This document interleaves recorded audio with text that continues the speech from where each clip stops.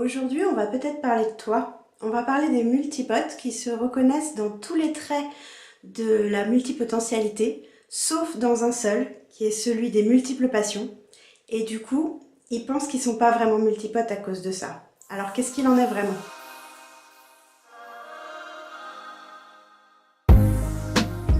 Ça fait une paire d'années maintenant que j'ai découvert ma multipotentialité et que c'est le trait principal de toutes les personnes que je suis, que ce soit dans mon métier actuel ou que ce soit dans les autres métiers avant. C'est le trait principal, le trait principal de toutes les personnes que j'aide ou que j'accompagne personnellement ou professionnellement, mes amis, beaucoup de membres de ma famille, etc. etc. Et donc forcément, en m'intéressant à la multipotentialité, je me suis intéressée au type de multipote, puisqu'il y a plein de types de multipotes, comme il y a plein de façons d'appeler la multipotentialité. Et au fil de mes recherches, il y a un type de multipote que je n'ai pas trouvé, et pourtant que je rencontre souvent, et je les appelle les adaptés. La sonnette d'alarme a résonné dans ma tête le jour où, pour la première fois, une multipote avérée m'a dit « mais je n'ai pas de passion ». J'ai bugué, j'ai pris un peu de recul. Je les voyais bien, moi, ces passions, elles m'apparaissaient comme le nez au milieu de la figure, et je trouvais ça fou que elle s'en rende pas compte. Et du coup, c'est là que ça m'a frappée. En fait, ces passions, elle ne les reconnaissait pas comme telles. Elle n'avait pas la même définition de passion que moi. D'abord, c'est quoi une passion? Parce que selon Larousse, la passion, c'est un état. Point barre. C'est pas plus ni moins que ça. Mais dans la tête de la plupart d'entre nous, une passion, ça doit être exclusif. C'est un trait principal inhérent à la passion, alors que c'est faux. On part du principe qu'il faut qu'on aime une seule personne toute sa vie, qu'on aime un seul sujet, qu'on ait une carrière dans un seul domaine. On fait un sport, une activité, un loisir toute sa vie. On a la révélation quand on est petit et ensuite on suit le chemin qui a été tout tracé et voilà. Bon, forcément, si on rentre pas dans cette case, on considère qu'on n'a pas de passion. Quand on est multipote, la passion c'est un état dans lequel on se plonge avec délice et régulièrement. Pourquoi se limiter à un seul sujet, à un seul domaine, à une seule activité? C'est un état qui peut durer une fraction de jours, de semaines ou plusieurs années. C'est un état qu'on ressent dans divers domaines de notre vie, c'est pas exclusif à un domaine non plus. Et en réalité, je ne connais pas un seul multipote en bonne santé qui n'est pas un passionné de la vie.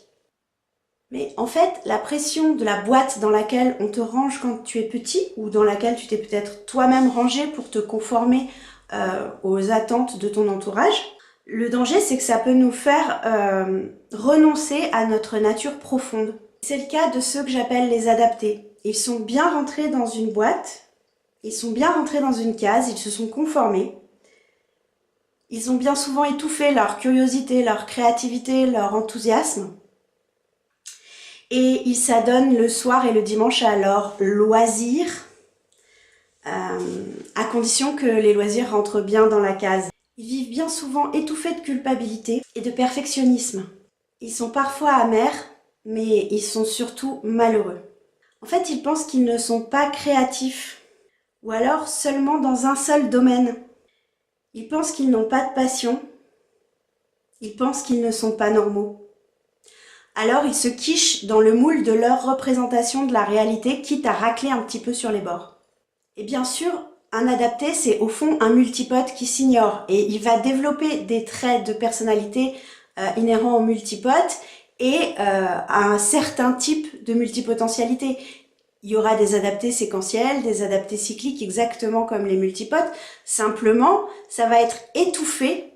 La multipotentialité et les traits principaux autour de la multipotentialité vont être étouffés pour pouvoir rentrer dans la case qu'ils pensent devoir intégrer. Et en fait, un adapté ne pourra s'épanouir qu'après avoir compris et accepté son fonctionnement. Comme un oiseau qu'on libère de sa cage.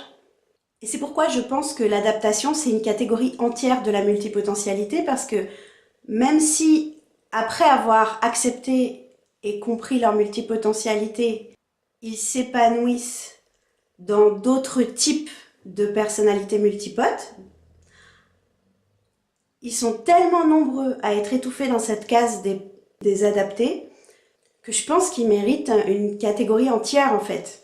Parce que, à mon avis, c'est un des gros problèmes qui fait que ça coince en ce moment dans notre société au niveau psychologique, notamment par rapport à la vague de burn-out et à la fois à l'envie que montrent les gens d'avoir plus de liberté et plus d'autonomie dans leur façon de vivre et de pouvoir aller vers ce qui les intéresse vraiment. Il n'y a qu'à voir le succès du développement personnel, hein. En fait, ce que je veux dire, c'est qu'on peut passer sa vie entière dans sa boîte d'adapté et que si tu te reconnais dans ce que je raconte, continue de creuser et va voir si ça te correspond et n'aie pas peur. N'aie pas peur d'accepter d'être différent et d'accepter d'être toi-même. En réalité, t'es pas si différent que ça, on est nombreux, on est super nombreux et plus j'avance et plus je me rends compte que on est peut-être bien la moitié de la population, moitié-moitié, c'est un fonctionnement différent, c'est tout. Pour savoir si tu es un adapté, il y a quelques questions que je peux te poser. Est-ce que tu t'ennuies tellement dans ta vie que tu penses que tu n'as pas de passion? Est-ce que tu as une liste longue comme le bras de choses que tu veux faire à la retraite? Est-ce que tu vis dans une pile de livres hétéroclites sur tous les sujets les plus divers et variés? Est-ce que tu passes ton temps à te former? Est-ce que tu es curieux? Est-ce que tu es enthousiaste? Est-ce que tu es sensible? Est-ce que tu penses beaucoup? Est-ce que tu t'intéresses à plein de choses différentes qui ont l'air de n'avoir rien à voir les unes avec les autres? Alors tu es peut-être un adapté. Si en plus tu as déjà vécu une ou plusieurs dépressions, un ou plusieurs burn-out, que tu te casses les dents sur la notion de mission de vie et que tu n'arrives pas à mettre le doigt dessus, pourtant ça t'obsède, que tu as un mal fou à choisir tout le temps, pour tout, même dans les petites choses toutes simples du quotidien.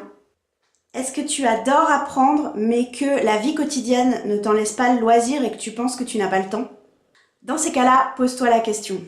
Peut-être que tu ne rentres pas dans la description classique de la multipotentialité, de multiples passions, plusieurs jobs ou des changements de carrière radicaux, mais qu'en fait, tu t'es juste tellement adapté au monde qui t'entoure, que tu as étouffé cette part de toi en pensant que c'est anormal, et que du coup, pour coller à la normalité, tu t'es adapté.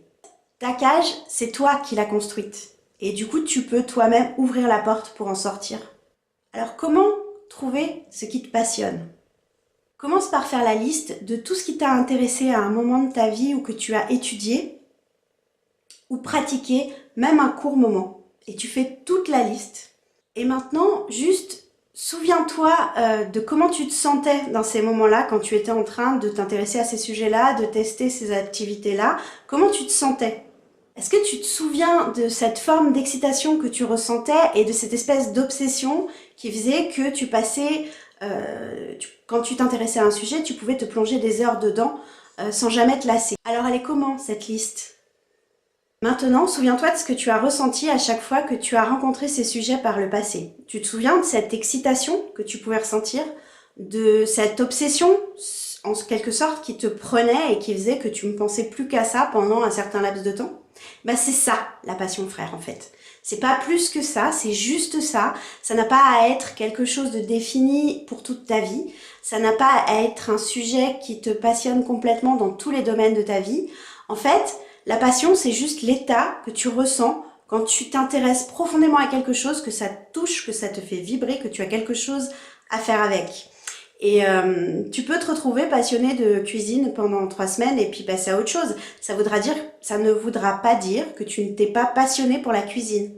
C'est pas le temps, c'est pas les domaines, c'est pas tout ça qui compte. Ce qui compte, c'est ce que tu ressens. C'est l'état dans lequel ça te met. Et c'est juste ce que tu ressens quand tu es brusquement attiré par quelque chose ou par quelqu'un. Et ma dernière question pour toi, c'est: qu'est-ce qui te fait ressentir ça en ce moment? Est-ce qu'il y a quelque chose qui te fait ressentir ça? Si oui, accorde-lui plus de temps, explore, fais plus de place dans ta vie pour ce truc qui te passionne en ce moment. Et sinon, ouvre-toi, ouvre tes yeux, ouvre tes oreilles, ouvre ton corps, écoute ce que tu ressens et passe un petit peu en examen ce que tu fais dans ta vie et reste alerte en fait. Et à chaque fois que tu ressens cette excitation, que tu sens qu'il y a quelque chose sur lequel tu as envie de creuser, creuse et vois ce qui se passe. En réalité, on a tous cette flamme qui brûle au fond de nous. C'est juste que parfois on ne la reconnaît pas comme telle parce que ça ne rentre pas dans le cadre de la moyenne, de la généralité. Mais c'est pas pour ça que t'es pas un multipote et que t'as pas de passion. Je te fais des bisous et je te dis à bientôt.